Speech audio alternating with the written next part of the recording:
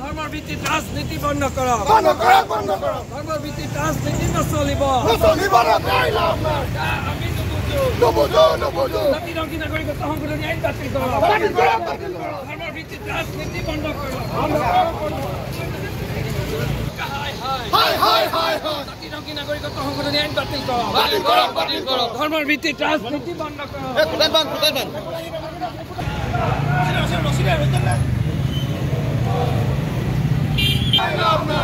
আমি নামানো জাতি ৰংগী নাগৰিকত্ব সংশোধনী আইন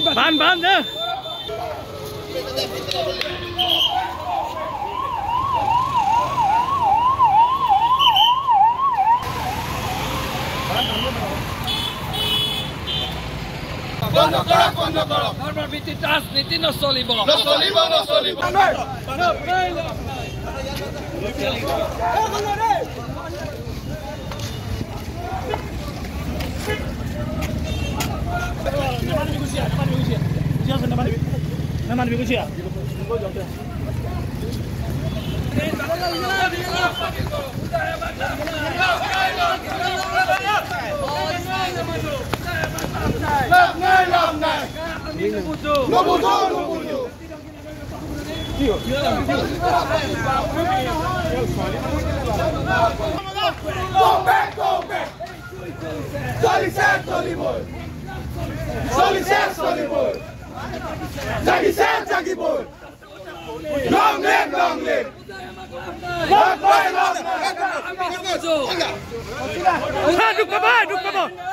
পয়লা দুখ পাব পয়লা দুখ পাব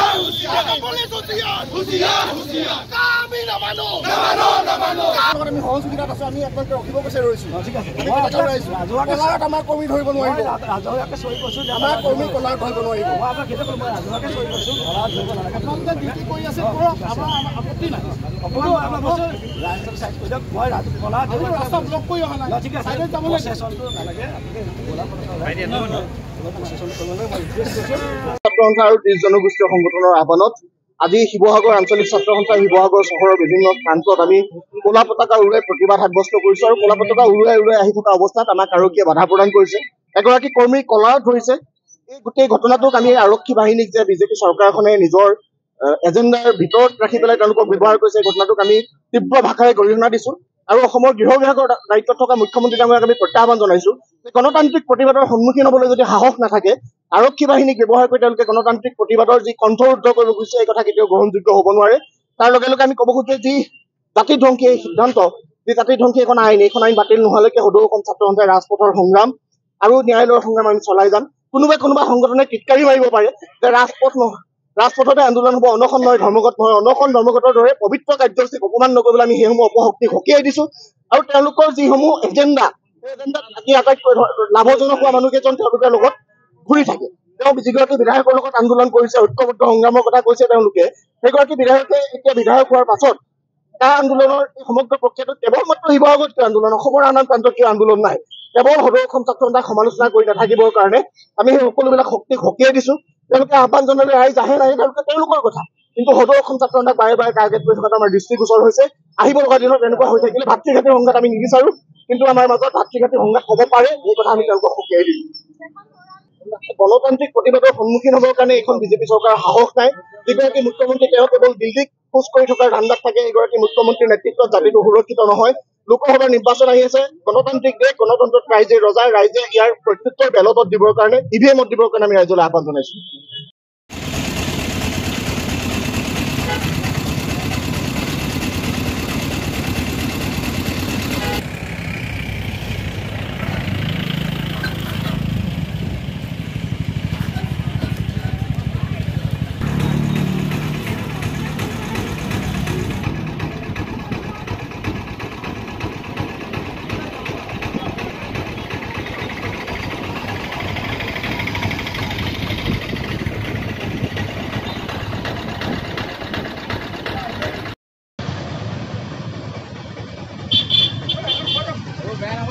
উপায় নাই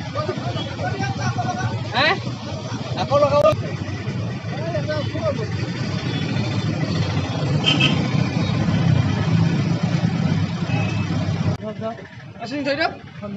থৈ দিয়া না।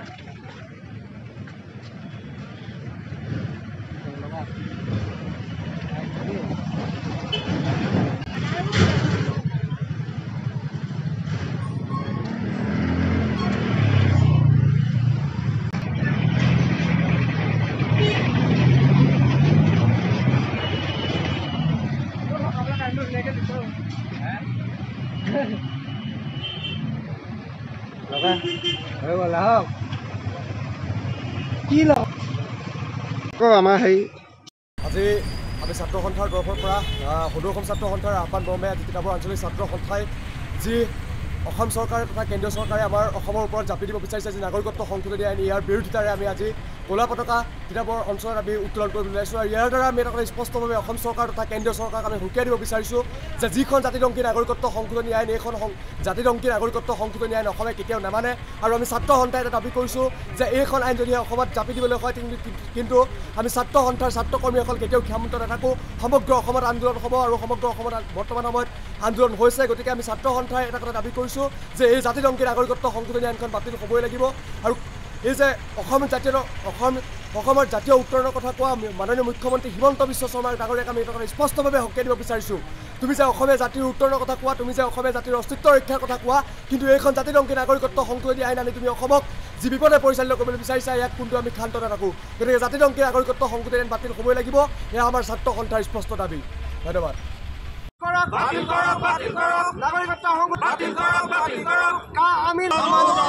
নাগৰিকত্ব সংশোধনী বিল সোনকালে বাতিল কৰক। সংগ্ৰামী সেনা জিন্দাবাদ, আমি নামানো। নাগৰিকত্ব সংশোধনী বিল বাতিল কৰক। সংগ্ৰামী সেনা জিন্দাবাদ, অতি শীঘ্ৰে বাতিল কৰক।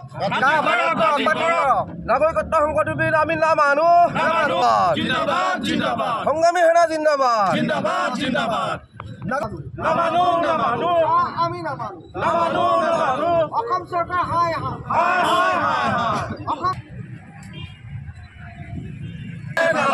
অসম চৰকাৰ হাই অসম চৰকাৰ হাই আমি নামানো। অসম চৰকাৰ হুঁচিয়াৰ আমাক নালাগে, আমি নামানো। আমি 2019 চনতো নাগৰিকত্ব আইনৰ বিৰুদ্ধে ঘোৰ প্ৰতিবাদ কৰিছিলোঁ, বিৰোধিতা কৰিছিলোঁ আৰু আজি তাৰিখতো আমি নাগৰিকত্ব সংশোধনী আইন যিহেতু চৰকাৰে বলবৎ কৰিছে, আমি আজি তাৰিখতো ইয়াৰ ঘোৰ প্ৰতিবাদ কৰিছোঁ, বিৰোধিতা কৰিছোঁ আৰু ইয়াৰ এই কাৰ্যসূচীৰ পৰা আমি এটা কথা স্পষ্টকৈ অসমৰ ৰাইজক আমি জনাই দিব বিচাৰিছোঁ যে অসমৰ মুখ্যমন্ত্ৰী হিমন্ত বিশ্ব শৰ্মা এগৰাকী ফেচিষ্ট মুখ্যমন্ত্ৰী। এই মুখ্যমন্ত্ৰীগৰাকীৰ নেতৃত্বত যদি আমাৰ অসমখন গতাই দিয়া হয় তেতিয়াহ'লে অদূৰ ভৱিষ্যতে আমাৰ অসমৰ জাতীয় সংস্কৃতি, জাতীয় কৃষ্টি, আমাৰ সাহিত্য, আমাৰ ভাষা যে নিশেষ হ'ব এই কথা নিশ্চিত। কাৰণ আমি অসমৰ হাজাৰ হাজাৰ জনতাই প্ৰতিবাদ কৰাৰ পাছতো হাজাৰ হাজাৰ জনতাক বুঢ়া আঙুলি দেখুৱাই মোদী চৰকাৰে অসমত কাক গৃহীত কৰিলে, কাক বলবৎ কৰিলে। আমি মোদী চৰকাৰক তথা ফেচিষ্ট হিমন্ত বিশ্বক এটা প্ৰশ্ন কৰিব বিচাৰিছোঁ, উত্তৰ পূৰ্বাঞ্চল তথা ভাৰতৰ কেইবাখনো ৰাজ্যত যদি কা বেয়া হ'ব পাৰে, কা যদি প্ৰযোজ্য হ'ব নোৱাৰে, কি কাৰণে কেৱল মাত্ৰ উত্তৰ পূৰ্বাঞ্চলৰ অসমতে কা প্ৰযোজ্য কৰা হৈছে? ইয়াৰ অৰ্থ এইটোৱেই যে কেন্দ্ৰীয় চৰকাৰৰ কাৰণে আজি তাৰিখত অসমখন কেৱল বিদেশীৰ বাবে এখন চৰণীয়া পথাৰ, তাৰ বাহিৰে অসমীয়া জাতিৰ কেন্দ্ৰীয় চৰকাৰৰ ওচৰত কোনো গুৰুত্ব নাই। আজি তাৰিখত হিমন্ত বিশ্বকে আদি কৰি অসমৰ যিসকল বিজেপি নেতৃত্বাধীন যিসকল জনপ্ৰতিনিধি আছে সকলো কেন্দ্ৰীয় চৰকাৰৰ ওচৰত বিক্ৰী হৈ গৈছে। এটা কথা স্পষ্ট কৰি দিছোঁ, ইয়াৰ প্ৰত্যুত্তৰ কিন্তু আপোনালোকে পাব। আমি নাগৰিকত্ব সংশোধনী আইনৰ বিৰোধিতা কৰি আছোঁ, অনাগত সময়তো কৰি যাম। যেতিয়ালৈকে আমাৰ দাবী মানি লয় তেতিয়ালৈকে সংগ্ৰাম চলি যাব। আৰু এটা কথা স্পষ্ট কৰি দিছোঁ, আজি আমি ঐতিহাসিক শিৱসাগৰত আছোঁ। যোৰহাট সমষ্টিৰ সাংসদ তপন কুমাৰ গগৈ এগৰাকী জাতিদ্ৰোহী সাংসদ, কাৰণ তেখেতে এটা জাতীয় সংগঠনৰ পৰা নেতৃত্ব দি সাংসদ হোৱাৰ পিছতো আজি তাৰিখত আমি বাৰে বাৰে আহ্বান জনোৱাৰ পাছতো অসমৰ ৰাইজক আঙুলি দেখুৱাই কিন্তু আজি তাৰিখত এবাৰো তেওঁ কা বিৰোধিতা নকৰিলে। গতিকে নিশ্চিতভাৱে অসমৰ ৰাইজ সাজু হৈছে, আমি প্ৰতিটো দল সংগঠন সাজু হৈছোঁ। তপন গগৈৰ লগতে বিজেপিৰ জাতিদ্ৰোহী প্ৰতিগৰাকী আমাৰ যিসকল জনপ্ৰতিনিধি আছে অনাগত সময়ত তেখেতসকলক উচিত প্ৰত্যুত্তৰ দিয়া হ'ব। আমি সংগ্ৰামী সেনা অসম শিৱসাগৰ জিলা সমিতিয়ে আজি নাগৰিকত্ব সংশোধনী আইন বাতিলৰ দাবীত আমি আজি অৱস্থান ধৰ্মঘট কাৰ্যসূচী হাতত লৈছোঁ। আৰু এই অৱস্থান কাৰ্যসূচীৰ জৰিয়তে আমি চৰকাৰক বুজাই দিব বিচাৰিছোঁ যে আমি কোনো কাৰণতে কা নামানো। যিখন জাতি ধ্বংসী আইনে অসমৰ কৃষ্টি সংস্কৃতি, অসমীয়া ভাষা নিশেষ কৰিবলৈ লৈছে, এনেকুৱা আইন আমি কোনো কাৰণতে নামানো। প্ৰয়াত হোমেন বৰগোহাঁই ডাঙৰীয়াই কৈ গৈছে, যদি অসমত কা ব্যৰ্থ কৰিব নোৱাৰোঁ অসমীয়া ভাষাটো মৃত্যু হ'ব। তেতিয়া এনেকুৱা এখন আইন অসমত জাপি দিছে, ই কোনো কাৰণতে গ্ৰহণযোগ্য নহয়। ভাৰতৰ কোনোবা ৰাজ্যত কা প্ৰযোজ্য কৰক, আমাৰ তাত ক'বলগীয়া নাই, কিন্তু অসমত আমি কা প্ৰযোজ্য হ'বলৈ কেতিয়াও নিদিওঁ। অসমে ইতিমধ্যে 20 বছৰৰ বিদেশী বোজা বহন কৰিছে, আকৌ পুনৰ আমি কা জাপি দি আমি পুনৰ এই বিদেশী বোজা আমি বহন কৰিবলৈ কেতিয়াও দিব নোৱাৰোঁ। এই ক্ষেত্ৰত চৰকাৰখনে অতি শীঘ্ৰে এটা বিহিত ব্যৱস্থা গ্ৰহণ কৰক। আমি বাৰম্বাৰ কৈ থকাৰ পিছতো চৰকাৰখনে আমাৰ কথা নুশুনি, অসমৰ জনসাধাৰণৰ কথা নুশুনি আমাৰ মাজত কা প্ৰযোজ্য কৰিছে, ই কোনো কাৰণতে আচলতে গ্ৰহণযোগ্য নহয়। আমি সকলোবিলাক মানুহ, আমি খিলঞ্জীয়া মানুহ, আমি একত্ৰিত হ'ব লাগিব। আমি একত্ৰিত হৈ এখন সংগ্ৰাম কৰিব লাগিব। এনেকুৱা আমাৰ জনসাধাৰণৰ কথা নুবুজা এই চৰকাৰখনক আমি প্ৰত্যাখ্যান জনাব লাগিব। অনাগত দিনত নিৰ্বাচন আহি আছে, নিৰ্বাচনৰ প্ৰাক মুহূৰ্তত আমি যাতে সকলোৱে একগোট হৈ আমি এটা উচিত প্ৰত্যুত্তৰ দিব পাৰোঁ, তাৰ বাবে আমি সকলো খিলঞ্জীয়া স্বাভিমানী ৰাইজ আমি একগোট হ'ব লাগিব। তাৰ লগতে আমাৰ সংগ্ৰামী সেনা অসমৰ এটাই দাবী যে অতি সোনকালে কা বাতিল কৰি অসমৰ খিলঞ্জীয়া ৰাইজক আমি যাতে সুৰক্ষিত কৰিব পাৰোঁ, তাৰ কাৰণে চৰকাৰখনে অতি শীঘ্ৰে এটা বিহিত ব্যৱস্থা গ্ৰহণ কৰক।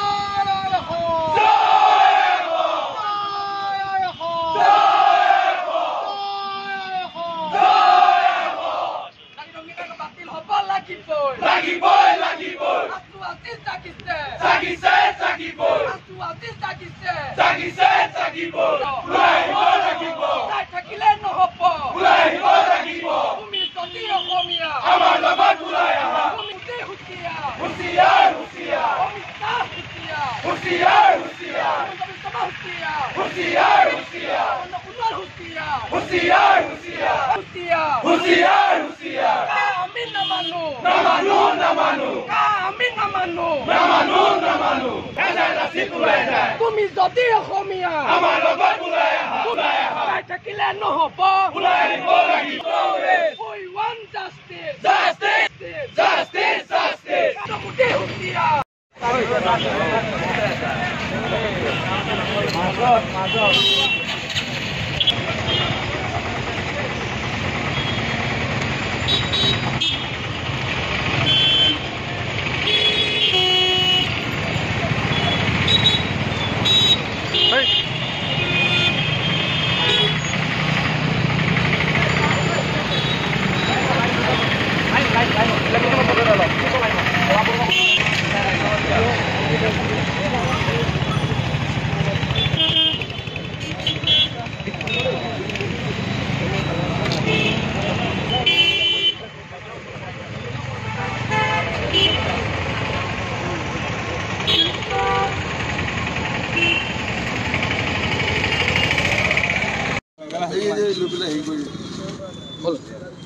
সদৌ অসম ছাত্ৰ সন্থা আৰু 30 জনগোষ্ঠীয় সংগঠনৰ আহ্বান মৰ্মে আমি আজি মৰিগাঁও সদৌ ছাত্ৰ সন্থাই মৰিগাঁও সদৌস্থিতত আমি কলা পতাকা প্ৰদৰ্শন কৰিছোঁ আৰু আমাৰ এটা স্পষ্ট কথা আমি কোনো কাৰণতে মানা নাছিলোঁ মানা নাই আৰু পিছলৈ আমি নামানো নৰেন্দ্ৰ মোদী আৰু হিমন্ত বিশ্ব শৰ্মাক আমি সকীয়াই দিব বিচাৰিছোঁ যে অসমখন কোনো বিদেশী ডাষ্টবিন নহয় যে আজি বিজেপি চৰকাৰ আহিছে তেওঁলোকে হিন্দু বাংলাদেশী আনিব কাইলৈ কংগ্ৰেছ চৰকাৰ আহিব কংগ্ৰেছ চৰকাৰে মুছলমান বিদেশী আনিব আমি কোনো কাৰণত মানি নলওঁ বিদেশীয়ে তেওঁ হিন্দুৱে হওক বা মুছলমানেই হওক অসমখন কোনো ডাষ্টবিন নহয় যে তেওঁলোকৰ অসমত আমি বিদেশী বুজা জাপি ল'ম আৰু নৰেন্দ্ৰ মোদী আৰু হিমন্ত বিশ্ব শৰ্মা এনেকুৱা এজন মানুহ তেওঁলোকে নিৰ্বাচন আহিলে তেওঁলোকে হিন্দু বাংলাদেশী আনি অসমত সংস্থাপন কৰিব কাখন যদি অসমৰ খিলঞ্জীয়া সাম্প্ৰদায়িক বিৰোধী হয় তেওঁলোকে কিয় ছাপোৰ্ট কৰিব লগা আছিল অসমত যদি BTAD এলেকা ডিমা হাছাও যদি অসমখন বেয়া অসমৰ ব্ৰহ্মপুত্ৰ আৰু বৰাক উপত্যকাত অসম কাখন কেনেকৈ ভাল হ'ল ইনালাইট পাৰ্মিট থকা ৰাজ্যত যদি কাৰখন বেয়া অসমৰ কাৰখন কেনেকৈ ভাল হ'ল তেওঁলোকক আমি সকীয়াই দিব বিচাৰিছোঁ হিমন্ত বিশ্ব শৰ্মাক এটা কথা সকীয়াই দিব বিচাৰিছোঁ তেওঁ দিল্লীৰ বহতীয়া নহয় অসমৰ খিলঞ্জীয়া স্বাৰ্থত কাম কৰক তেওঁলোকে গাড়ী ৰক্ষাৰ স্বাৰ্থত কাম কৰক তেওঁলোকে কৈছিল যে বিদেশী 1971 চনৰ পিছত আমি কোনো বিদেশী বুজা আমি অসমে নলওঁ এই কথা স্পষ্ট আজি মৰিগাঁও সদৌ ছাত্ৰ সন্থাই স্পষ্টভাৱে সকীয়াই দিব বিচাৰিছোঁ বিজেপি নেতৃত্বাধীন চৰকাৰখনক আমি এজনো বিদেশী বুজাৰ আমি অসমত আমি কোনো কাৰণত মানি নলওঁ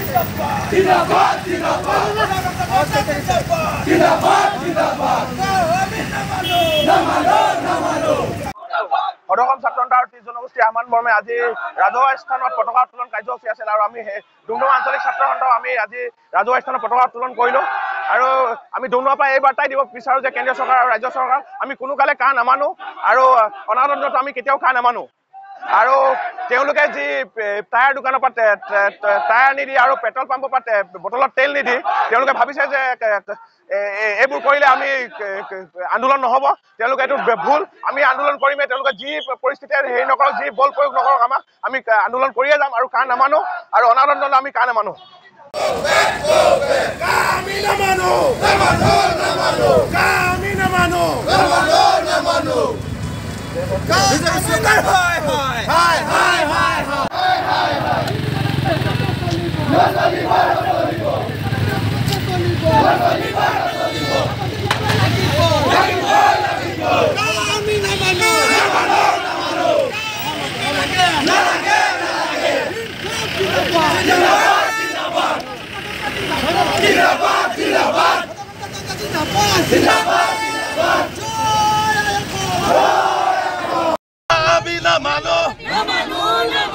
জনজাতিকৰণ লাগিবই জনজাতিকৰণ লাগিবই আমি নামানো আমি নামানো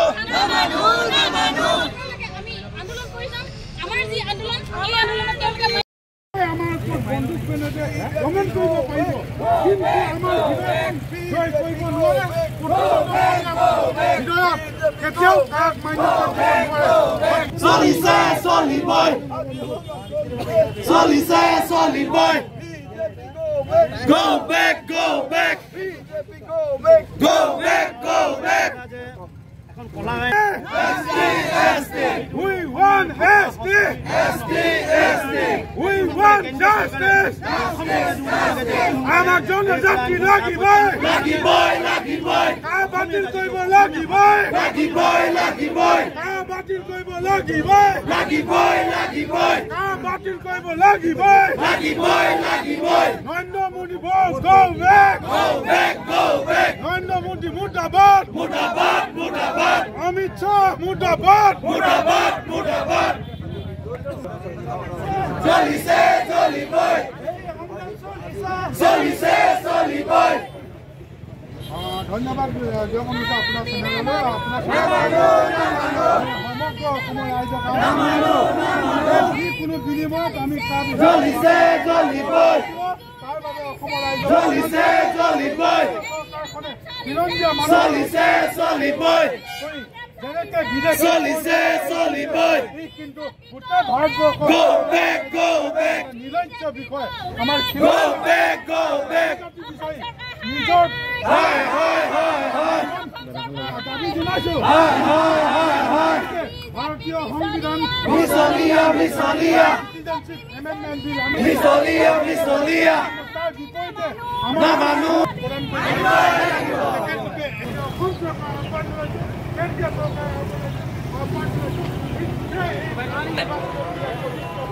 ৰ'ব না কেলে ধৈৰ্য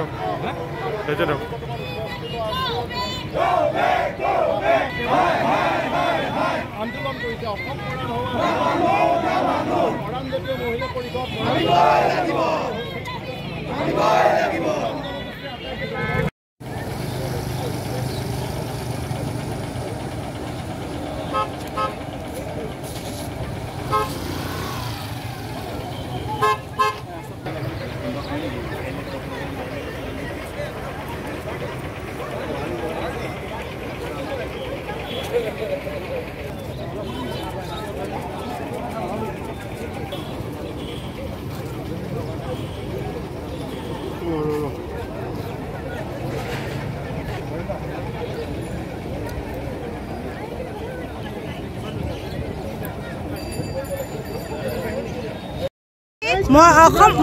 মৰাণ ৰাইজৰ লগতে অসমৰ ৰাইজে কাৰ বিচৰা নাই চৰকাৰে তেওঁলোকে আমাৰ ওপৰত বিদেশী বুজা জাপি দিবলৈ ওলাইছে আমি কেতিয়াও মানি নলওঁ যে আমি চৰকাৰক ইয়াৰ পৰা আমি প্ৰতিবাদথলীৰ পৰা ধিক্কাৰ জনাইছোঁ তেওঁলোকে মিঠাচাৰ কথাৰে তেওঁলোকে আমাক কৈছিল জাতি মাটি ভেটিৰ কথা তেওঁলোকে পৰিৱৰ্তন অনা চৰকাৰে আজি কিহৰ পৰিৱৰ্তন আনিলে যে তেওঁলোকে আমাৰ মাজত বিদেশী বুজা জাপি দিব জপাটোৱে তেওঁলোকে আমাৰ কাৰণে পৰিৱৰ্তন হ'ল নেকি গতিকে আমি ইয়াৰ পৰা নৰেন্দ্ৰ মোদী আৰু হিমন্ত বিশ্ব শৰ্মাক ধিক্কাৰ জনাইছোঁ আমি প্ৰতিবাদ যেনেদৰে সাব্যস্ত কৰিব লাগে তেনেদৰে কৰি যাম আমি কেতিয়া মানি লওঁ আৰু আপোনালোকে সকলোৱে জ্ঞাত আমাৰ মৰাণ জনগোষ্ঠী দীৰ্ঘদিন ধৰি দাবী উত্থাপন কৰি আহিছোঁ আমি জনজাতি মৰ্যাদা পাব লাগে যিহেতু আমাৰ জনজাতি প্ৰাপ্য অধিকাৰ সেই হেতুকে তেওঁলোকক আমি দাবী উত্থাপন কৰিছোঁ জনজাতি মৰ্যাদা পাবৰ কাৰণে তেওঁলোকে প্ৰত্যেকবাৰে আমাক ব্যৰ্থ কৰিছে চৰকাৰ বদলি হৈছে কিন্তু আমাৰ দাবী তেওঁলোকে মানি ল'ব সক্ষম হোৱা নাই এই গতিকে তাৰ পৰিণাম চৰকাৰে নিশ্চয় ভুগিব লাগিব তেওঁলোকৰ জনপ্ৰতিনিধিসকল যেতিয়া নিৰ্বাচনী আগমুহূৰ্তত আমাৰ জনসাধাৰণৰ মাজলৈ টোপ দিবলৈ তেওঁলোকে আহে কিন্তু যেতিয়া গাদী দখল কৰে তাৰপিছত তেওঁলোকে নিজৰ পকেটৰ ভৰ্তি কৰাৰ বাহিৰে তেওঁলোকে একো কথাই ৰাইজৰ দুখবোৰ তেওঁলোকে মানি নলয় গতিকে আমি ধিক্কাৰ জনাইছোঁ এইখন চৰকাৰক আমি মানি নলওঁ তেওঁলোকে আমাক দুই এটা কিবা আঁচনি দিয়ে তেওঁলোকে ভাবিছে নেকি যে তেওঁলোকে আমাক বিদেশী বুজাও জাপি দিব আমি মৰাণ ৰাইজৰ লগতে অসমৰ ৰাইজে কেতিয়াও আমি বিদেশী বুজা ল'ব নোৱাৰোঁ একেষাৰে কাম আপোনালোকে নিশ্চয় জ্ঞাত শৰাইঘাটৰ ৰণত যেতিয়া লাচিত বৰফুকনে নিজৰ মোমায়েককো হিৰাচত কৰিছিল ঠিক তেনেকৈ আমাৰ মৰাণ ৰাইজৰ লগতে অসমৰ ৰাইজে হিৰাচত কৰিবৰ কাৰণে আমি হাতত মাৰ বান্ধি দিয়া হ'ম যেনেকৈ তেওঁ ভুলৰ গতিকে তেওঁ হিৰাচত হ'ব লগা হ'ল ঠিক তেনেকৈ আমাৰ ৰাইজে কেতিয়াও কাম মানি নলওঁ আমি যেহেতু বিদেশী বুজা ল'ব নোৱাৰোঁ চৰকাৰক ইয়াৰ পৰা আমি ধিক্কাৰ জনাইছোঁ বিজেপি চৰকাৰে যদি তেওঁলোকে এটা এনেকুৱা আস্থা আনে নিশ্চয় আমি হতাশত নভোগোঁ আমি প্ৰত্যুত্তৰ দিম আৰু বৰ্জন কৰিবলৈ মান্তি হ'ম মৰাণ ৰাইজে যিহেতু আমাৰ দীৰ্ঘদিনীয়া দাবী কিয় তেওঁলোকে মানি ল'ব বিচৰা নাই আমি জনজাতি মৰ্যাদা বাৰে বাৰে বিচাৰি আছোঁ আছোঁ তেওঁলোকে দিয়া নাই তাৰ বিনিময়ত তেওঁলোকে বিদেশী বুজাহে আমাৰ মাজত জাপি দিবলৈ আহিছে গতিকে চৰকাৰক আমি ধিক্কাৰ জনাইছোঁ অতি শীঘ্ৰেই এই লোকসভাৰ নিৰ্বাচনৰ আগমুহূৰ্তত আমাৰ জনজাতিৰ ক্ষেত্ৰত তেওঁলোকে আলোচনাত মিলিত হওক তেওঁলোকে বাৰে বাৰে বিভিন্ন দিশত আমাক প্ৰতাৰণা কৰি আহিছে আৰু তেওঁলোকে ক'বলৈ বিচাৰিছে যে মৰাণসকলৰ বিভিন্ন কাইটিয়া নাই সকলো কাইটিয়া যুগুতাই দিয়াৰ পিছতো তেওঁলোকে আমাক জনজাতি মৰ্যাদা দিবলৈ সক্ষম হোৱা নাই গতিকে এইখন চৰকাৰৰ কিমান দুখৰ বিষয় আমি মৰাণ ৰাইজে কেনেদৰে ভোগাটোত ভুগিছোঁ নিশ্চয় সকলোৱে জ্ঞাত আৰু আমি অনাগত দিনত কা প্ৰতিবাদী সাব্যস্ত কৰিবলৈ অসমৰ ৰাইজৰ লগতে মৰাণ ৰাইজে মাৰ বান্ধি থিয় হ'ম এয়া প্ৰথম আৰম্ভণি আৰু শেষলৈ যে কেনেদৰে আমি আন্দোলন অব্যাহত ৰাখিম নিশ্চয় এই আপোনালোকৰ সংবাদ চেনেলৰ যোগেদি জ্ঞাত কৰিলোঁ কৈছে আৰু মই এটা কথা ক'ব বিচাৰোঁ অসম আৰু অসমে কেতিয়াও কা মানি নলয় কোনো কালে মানি নলয় ইতিমধ্যে অসমে 1 কোটিৰো অধিক বাংলাদেশী বুজা লৈছে এতিয়া অসমক কেতিয়াও বাংলাদেশী চৰণীয়া পথাৰ হ'বলৈ নিদিয়ে কেতিয়াও ত্ৰিপুৰা হ'বলৈ নিদিয়ে তেনেস্থলত অসমীয়া ৰাইজে অসমক ভাল পোৱা ৰাইজে অসম আৰু অসমীয়া জাতিক ভাল পোৱা ৰাইজে কেতিয়াও এই কা আইনখন মানি নলয় অনাগত দিনত ইয়াতকৈ অধিক তীব্ৰতৰ আন্দোলন নিশ্চয়কৈ কৰিব ৰাইজে মই সকলোকে আহ্বান জনাব বিচাৰিছোঁ এই অবৈধ যি কা চৰকাৰে জাপি দিয়ে তাৰ বিৰুদ্ধে যাতে সকলোৱে একেমুখে মাৰ বান্ধি থিয় দিয়ে মই তাৰ বাবে সকলোলৈ আন্তৰিকতাৰে অনুৰোধ জনাইছোঁ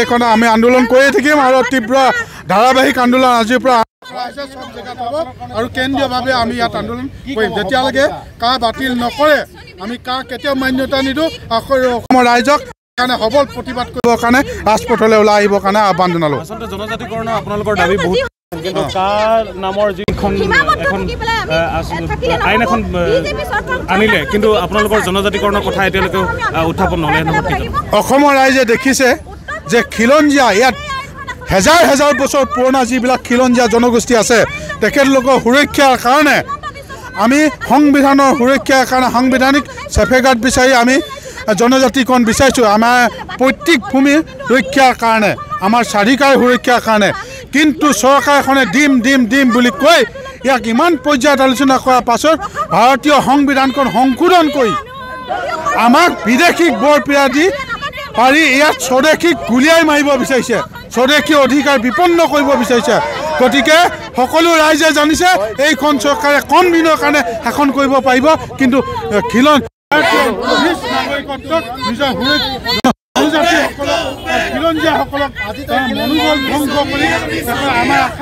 ধ্বংস কৰি মকিমূল কৰি কেতিয়াও তেখেতলোকে দীঘলীয়াকৈ শাসন কৰিব নোৱাৰে ইয়াক সময়ত তেখেতলোকে ৰিজাল্ট পাব